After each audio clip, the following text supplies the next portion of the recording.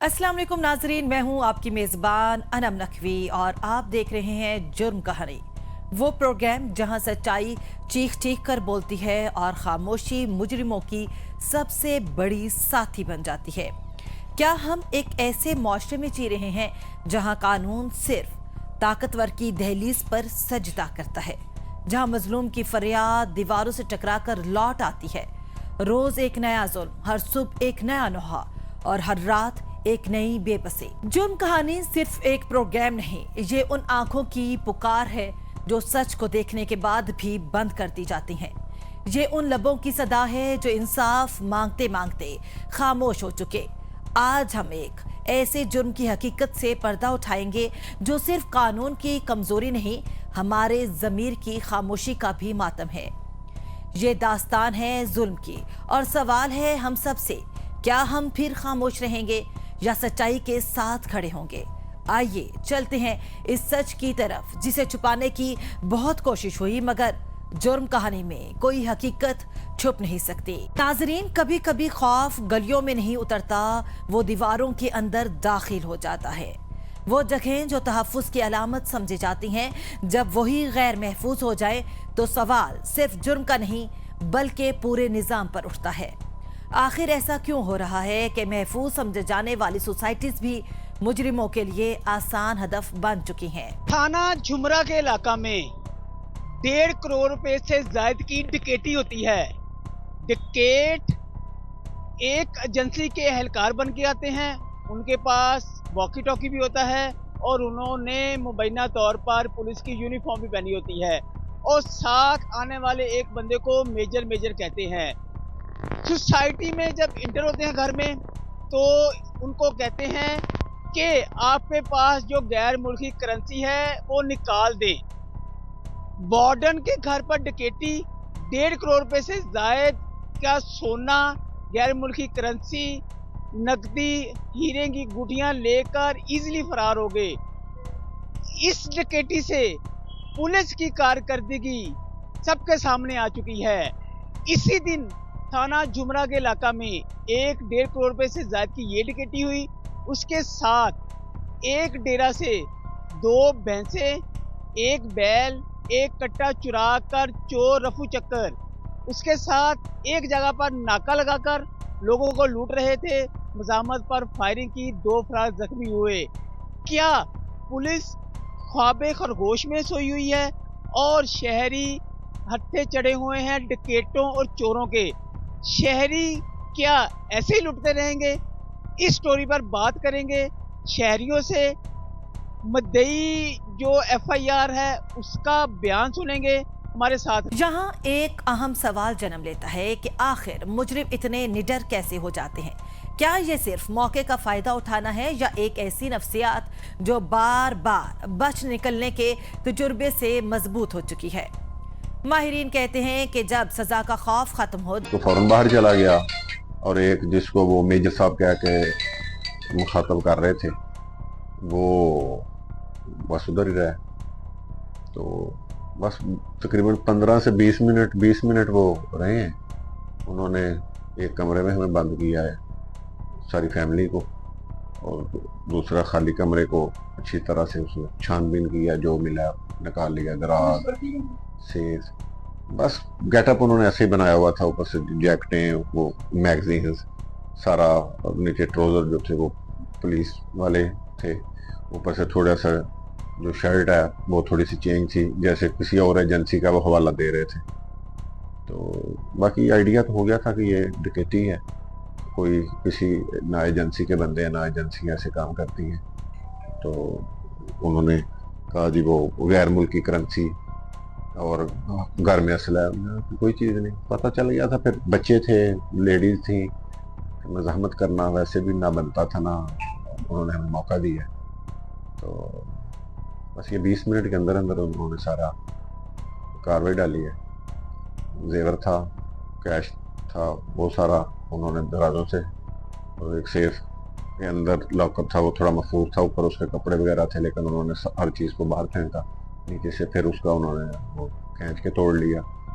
तो उसमें check books वगैरह भी थी, तो चेक बुक्स वगैरह तो नहीं लेके गए, लेकिन वो कैश ले गए, जेवर ले गए, थोड़ा सा आर्टिफिशियल था वो उन्होंने फेंक दिया इधर ही, और जो बॉक्स में बंद था वो ले गए। फिर जो लेडीज ने पहना हुआ था, ख़ास तौर पे वो मेरी कज़न जो बाहर से थी, उनके पास डायमंड की अंगूठियाँ थी और डायमंड लगा हुआ चेन थी और 4 अंगूठियाँ थी, बाकी 6-7 चूड़ियाँ थी, दोनों हाथों में थी उनके। वो सारा कुछ उन्होंने करवा लिया। बाकी अल्लाह का शुक्र है कि किसी ने कोई तशद्दुद नहीं किया। आते वक्त उन्होंने एक दफ़ा बुलेट खींचे, थ्रेट किया ये कर देंगे, बच्चों के करीब गन्स लेके हुए। तो मैंने उनसे कहा भाई बात सुने, आप जिस काम आए हैं आप अपना वो तसल्ली से करें, अगर आपने असला ढूंढना है या गैर मुल्की करेंसी, क्योंकि मैं ज़ाहिर उनको तो मैंने नहीं कहा कि मैं समझ गया हूँ कि आप डकैत है, तो आप वो कर लें, तो आप ये बच्चों को कर ली, ऐसे परेशानियाँ हरास ना करें। तो वो उन्होंने एक कमरे में सारा बंद करके अपनी सारी 20 मिनट के अंदर कार्रवाई की है। तो उसके बाद वो निकल गए हैं। बाद में अदारे जो हैं जैसे 15 पे, अब हमारे तो मोबाइल भी ले गए थे, लेकिन मोबाइल उन्होंने साथ ही बाहर निकलते ही एक वो बाड़ सी लगी हुई है उसके अंदर फेंक दिए थे। वो बाद में को 2 घंटे बाद मिल गए। तो वहाँ से निकल के मैंने उनसे आए थे, फौरी शोर डाला, वो भी पहुँचे, भाई भी। तो 15 पे भी कॉल की, लेकिन तब तक सारी एंट्रीज बंद कर दी सोसाइटी वालों ने, लेकिन वो अनफॉर्चुनेटली निकल चुके थे। तो ये कितनी मालियत का नुकसान है जो आपके मुताबिक? मालियत तो आप देखें ना, 22-23 या शायद इससे भी ज़्यादा तोले जो है वो जेवर है, और तकरीबन 13-14 लाख रुपया जो था वो कैश था। तो नुकसान तो काफ़ी बन जाता है। आप इदारों की कारकर्दगी से? जी अल्हम्दुलिल्लाह, इस चीज़ की मुझे खुशी हुई है। सबसे पहले तो मैं सबसे ज़्यादा शुक्रगुजार हूँ कि हमारे सोसाइटी के जितने भी दोस्त, हमारे जानने वाले ना जानने वाले, इस बापडा सिटी के जो रहायशी थे, सारी रात हमारे साथ रहे हैं। हमारे दुख को उन्होंने अपना दुख महसूस किया है। माएँ बहनें हमारे घर पहुंची हैं, सारे दोस्त जो है वो हमें तसल्ली देने, हमारा साथ देने के लिए हमारे साथ खड़े रहे हैं। उसके बाद अदारे भी मैं अप्रिशिएट करता हूँ, तो थाने वाले भी बार वक्त पहुँच गए हैं। DSP साहब, SP साहब मदीना टाउन, SP साहब इन्वेस्टिगेशन थे, और बिलखसूस मलक तारक साहब, इरम रज़ा शाह साहब, अली अकरम गराया साहब CCD सुबह तकरीबन 4 बजे यहाँ से गए। सारी रात वो CCTV और ये, तो मैं पूरा उम्मीद हूँ कि इंशाअल्लाह अल्लाह के हुक्म से अदारे इन लोगों को ट्रेस भी करेंगे और करार वाकई जो उनकी सज़ा है वो भी मिलेगी, और हमें इंशाअल्लाह अल्लाह को मंजूर हुआ तो रिकवरी भी इंशाअल्लाह हो जाएगी। यहाँ नफ्सियाती पहलू और भी गहरा हो जाता है। जब मुजरिम खुद को किसी अथॉरिटी के रूप में पेश करे तो वो सिर्फ लूटता नहीं बल्कि ज़हनी तौर पर भी बढ़तरी हासिल करता है। मुतासरा फर्द इस लम्हे मुजाहमत नहीं कर पाता क्योंकि वो सच और फ्रेब के दरमियान फर्क नहीं कर पाता। यही हिकमत अमली कई बड़े जराइम में देखी गई है, जहाँ धोखा ताकत से ज्यादा मौसर हथियार बन जाता है। सर बताइएगा, ये जो वाकया पेश आया 1.5 करोड़ रुपए से जायद डकैती हुई है, क्या कहेंगे इसका? बात यह है कि तकरीबन फैसलाबाद से ये 15 किलोमीटर बाहर सोसाइटी है, और इतना जदीद निज़ाम है उनका, कैमरों का और सारा कुछ, सिक्योरिटी बड़ी अच्छी है। और यहाँ से लोग शहर छोड़ के जा रहे हैं उधर कि जाके अच्छी हमें माहौल मिलेगा, सेफ्टी मिलेगी। लेकिन तमाम उनकी जो तरजीहात हैं जिसके तहत वो लोगों को 100 रुपये वाली चीज़ ये 10,000 रुपये में सेल कर रहे हैं, और वो 10,000 रुपये में ले के बड़ा खुश है कि मैं एक सेफ सिटी में आ गया, एक सेफ जगह पे आ गया। लेकिन इंतहाई निकम्मा, इंतहाई गैर मुनासिब उनका सिक्योरिटी का इंतज़ाम है, जिसकी वजह से पुलिस वाले के घर डकैती होती है, ये आम बंदे के घर डकैती नहीं हुई। 1.5-2 करोड़, और किसी के पास उनकी फुटेजेस नहीं है, किसी के पास उनकी कोई एविडेंस ही नहीं है। यार ये क्या है? लोगों को क्यों बेवकूफ़ बना रहे हैं बड़ी बड़ी कॉलोनियाँ वाले और ये पुलिस वाले? या इतने इतने बड़े दावे किए जाते हैं, हाफ फ्राई, फुल फ्राई, फलाना फ्राई। और यार जो असल डकैत है उनको तो ये पकड़ते ही नहीं है। ये तो जो बंदे हैं जो उनकी रेंज में हैं, कोई छोटा मोटा चोर, कोई छोटा मोटा डकैत, कोई छोटा मोटा मंशियात बेचने वाला, उसको पकड़ के ये ज़िबा कर देते हैं। और जो बड़े डकैत हैं, जो बड़ी वारदातें डालने में, वो इनके साथ बैठ के खाने खा रहे होते हैं। नजरें तफ्तीश पर हैं। क्या मुल्जमान की शनाख्त हो सकेगी? क्या वो कानून के कटहरे तक पहुंचेंगे?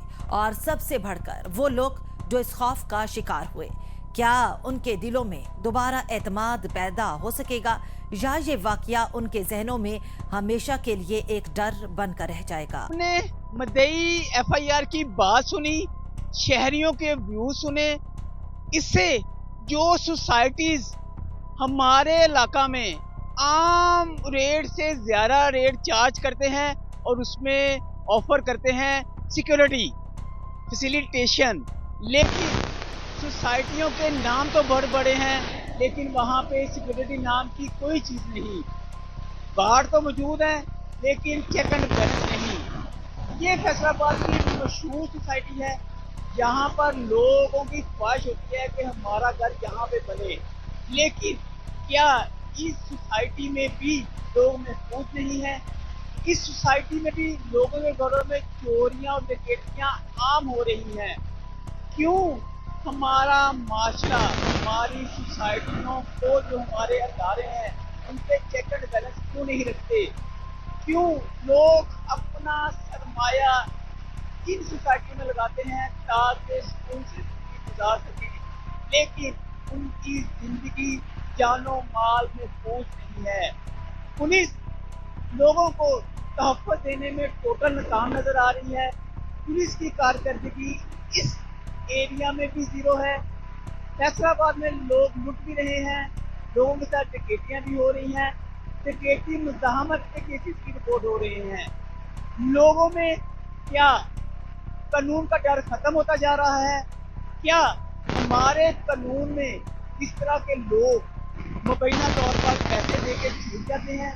क्या पुलिस और अदलिया इस पे लोगों को सजा देने का काम नजर आ रही है? ये सवाल हम भी छोड़े जा रहे हैं और फैसलाबाद की अवाम भी। ये वाकया सिर्फ एक सोसाइटी का नहीं, ये पूरे निज़ाम का इम्तिहान है।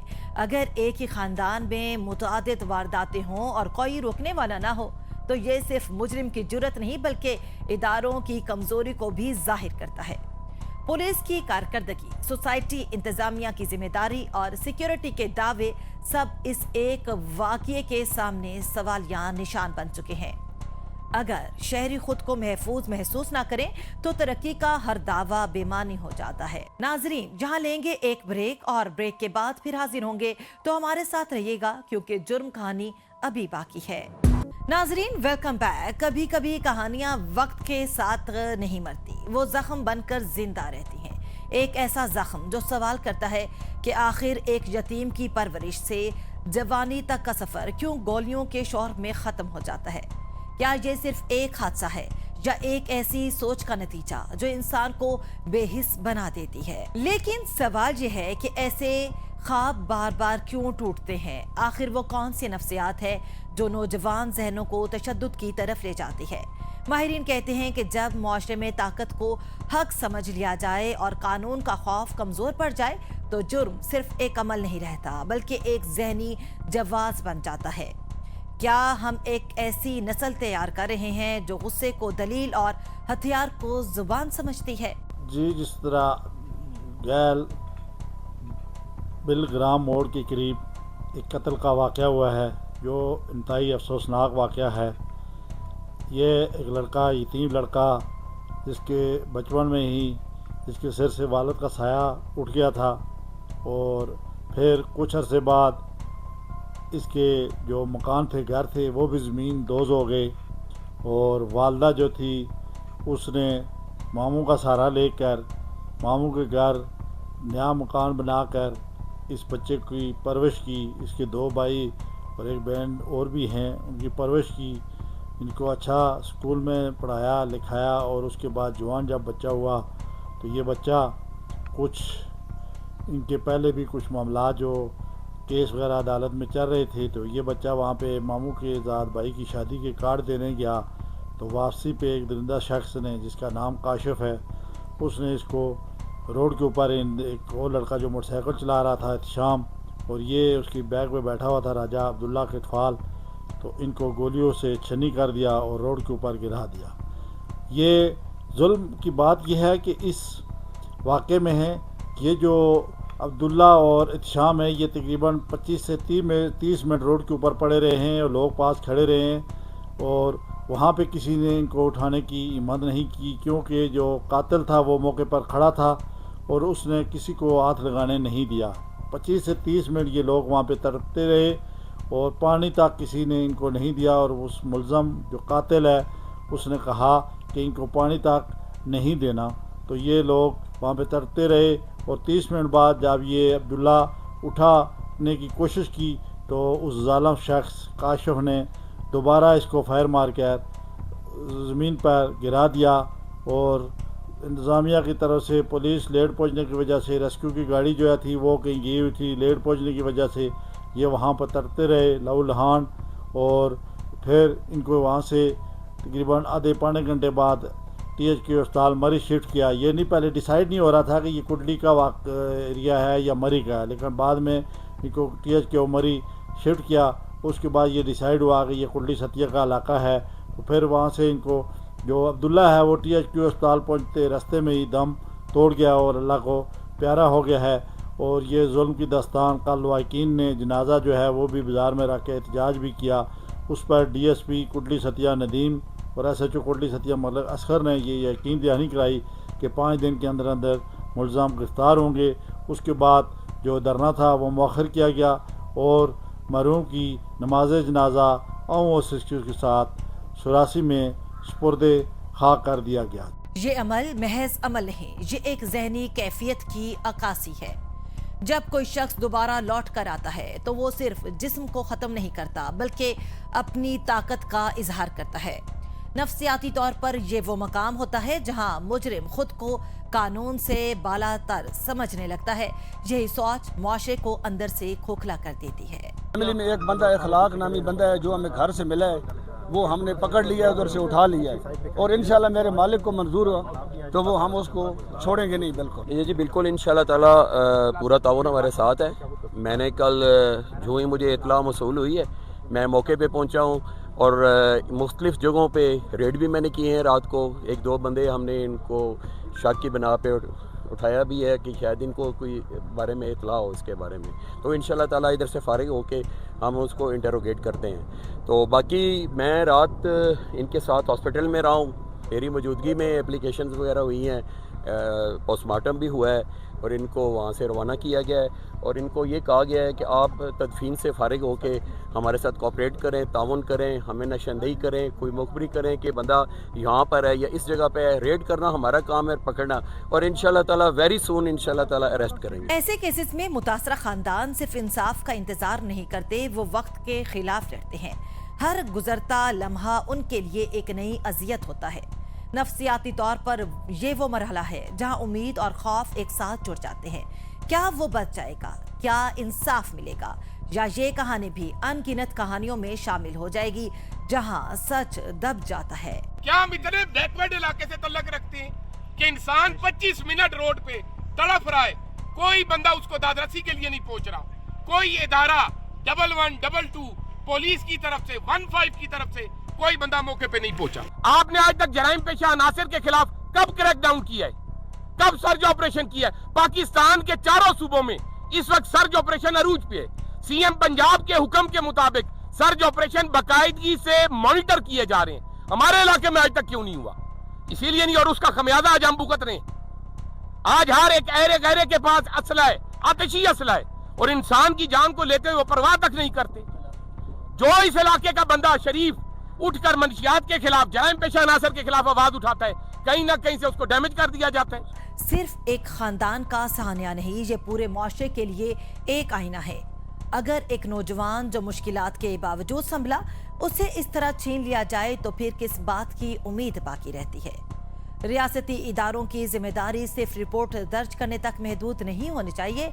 उन्हें इस खौफ को ख़त्म करना होगा जो मुजरिम के दिल से निकल चुका है, क्योंकि जब कानून का खौफ खत्म हो जाए तो इंसाफ सिर्फ एक लफ्ज बनकर रह जाता है।